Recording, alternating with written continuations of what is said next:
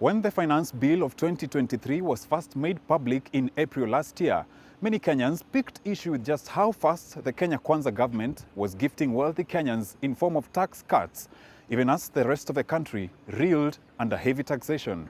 From the controversial housing levy to the increase in the pay-as-you-earn tax rate for employed Kenyans, as well as an increase in VAT on fuel, the Finance Act quickly became one of Kenya's most fought legislations. In the aviation sector, a different story was being told, a story that will pit players in this industry against Kenyans, putting them in a hard corner to explain why the tax cut on helicopters and aircraft parts will be beneficial to the country, and particularly to the industry, one that is considered to cater to the wealthy and affluent of Kenya's elite. Tumeondoa ushuru kwa aircrafts, helicopters, parts, engines. Nikasikia kaona watu wengi hapo wakisema unajua huyu president marafiki zake sijui tunasikia hata yeye yako na helicopter sijui katika ile project ya kawaida. Mimi nataka niwaeleze wa Kenya hivi. Tumeondoa ushuru kwa mambo ya aircraft kwa sababu Wilson Airport na Kenya is I think the second or third or fourth busiest airport in Africa. Hii Wilson Airport yetu hii. Na kazi kubwa ya Wilson Airport pale ni repairs, maintenance, and one more.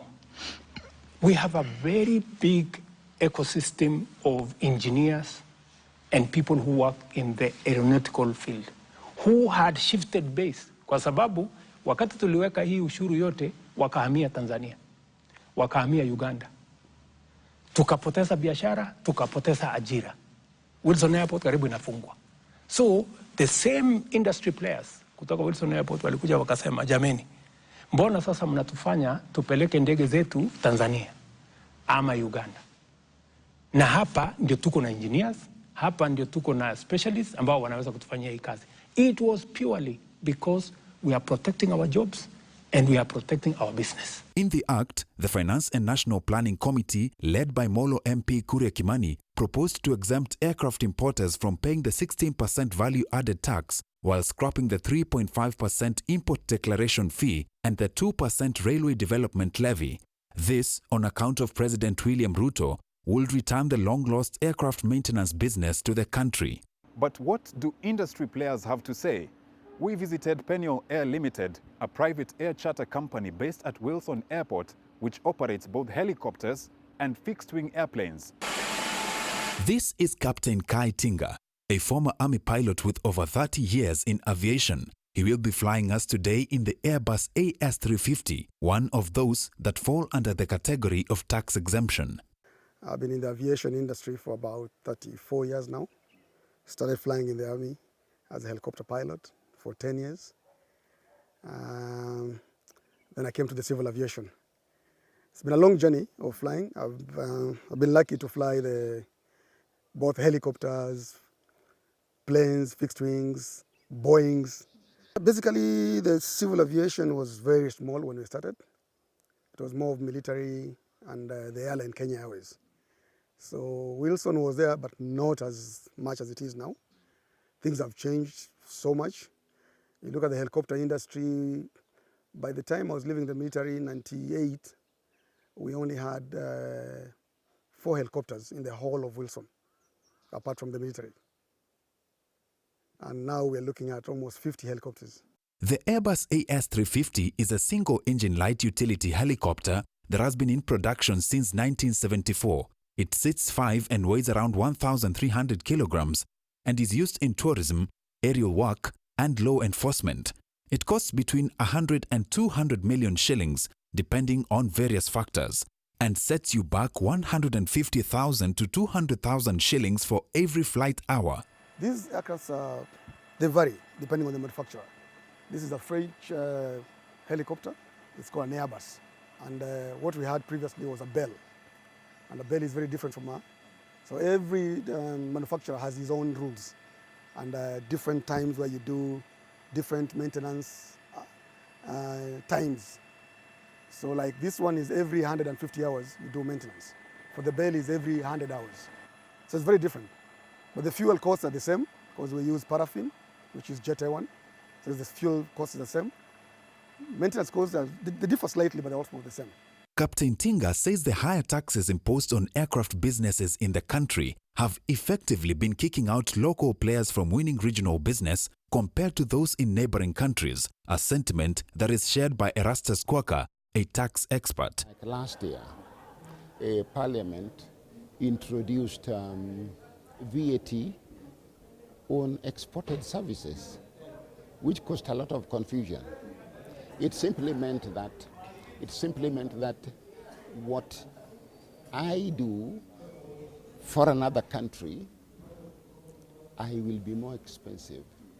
And if you are from another country, we are competing for the same work, you are likely to get the job and not me. Because you're more expensive. Because I'm more expensive. Yeah. So when the Parliament, of course, changed it this year, because we as ISPAC made a lot of serious presentations, and said, you know what, you are killing the country by saying that services should be vetted. It makes it very expensive and uncompetitive. You have to be competitive, and competitive you mean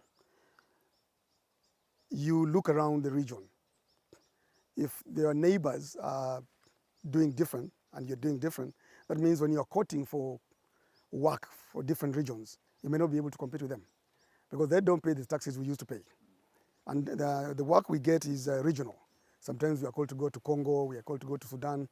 So you see our quotations will be very different.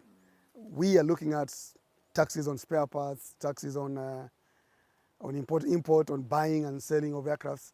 They don't get that. So now at least we're on a fair level ground. So now we can compete equally in the same industry, right? According to the Economic Survey of 2023, Kenya currently has 939 licensed aircraft maintenance engineers and 726 aircraft with valid license of airworthiness. A background check shows that about a decade ago, there was concern from tax experts during the implementation of the Finance Act of 2014, which repealed the section that allowed for the exemption of tax on aircraft parts and helicopters under 2,000 kilograms, provided for in the VAT Act 2013. 10 years later, the country is coming to terms with the challenges that the law created. In the aviation industry, we speak about money in terms of millions. It's a very capital-intensive industry. It's an industry that the operational cost alone is in terms of millions, and we deal with money in terms of dollars in the aviation industry. So initially, before the finance bill was passed, for you to send out an engine or a spare part for overhaul and to ship it back, it would take about 2 weeks for you to clear it from the customs at JKIA, and this is because of the bureaucratic and hectic process that involved paying taxes, both to KRA, customs, and sometimes it also involves cabs, which for you to ground an aircraft for 2 weeks just because you have to clear your spare part and pay for taxes means a loss, a huge loss. We are talking about millions of losses. Unknown to many, despite being very visibly used to shuttle politicians from place to place and from rally to political rally, helicopters do have a wide range of other useful applications and uses. They are also used to carry out medical evacuation, power line maintenance, tourism logistics, military operations, rescue missions, and surveillance. These critical services are not exclusive to the wealthy and are equally subject to all statutory taxes. The tax is also applied to choppers that may be owned for wildlife conservation, air ambulance services, the Kenya Coast Guard, the Kenya Police, and many other government and quasi-government organizations. The aviation industry as a whole, not just in the country, it brings in a lot of income in terms of the gross domestic product.